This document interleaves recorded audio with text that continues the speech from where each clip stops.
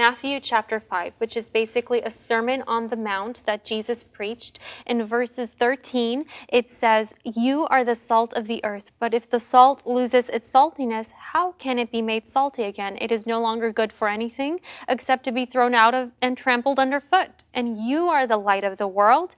A town built on a hill cannot be hidden, neither do people light a lamp and put it under a bowl. Instead, they put it on its stand, and it gives light to everyone in the house. In the same way, let your light shine before others, that they may see your good deeds and glorify your Father in heaven."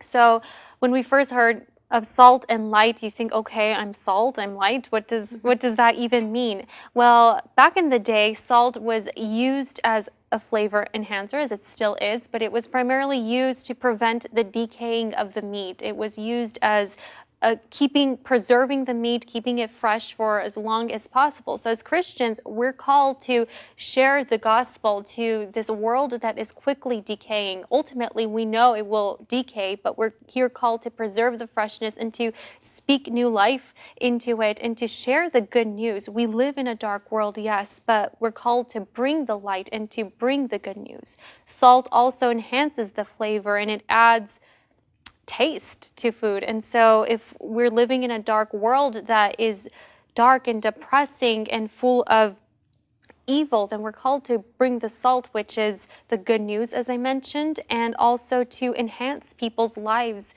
telling them that they are better with Christ than without him, telling them that they have a plan and a purpose. And another thought about saltiness, I thought, wow, okay, when we put too much salt on food, it can cause us to get thirsty. So I guess part of being the salt of the earth is also to cause people to thirst for Christ. That when they're in your presence, they would start wondering, okay, why am I feeling this hunger, this thirst for something tastier, something that will quench my appetite? I'm in this world, and without Christ, it doesn't seem to bring any happiness. It just makes me feeling more upset, more depressed, more heartbroken. But to cause people to thirst, to hunger and thirst for righteousness, I believe is our main goal as Christians living in this dark world. So shine your light, be the salt of the earth, and yes, God has a great plan for your life.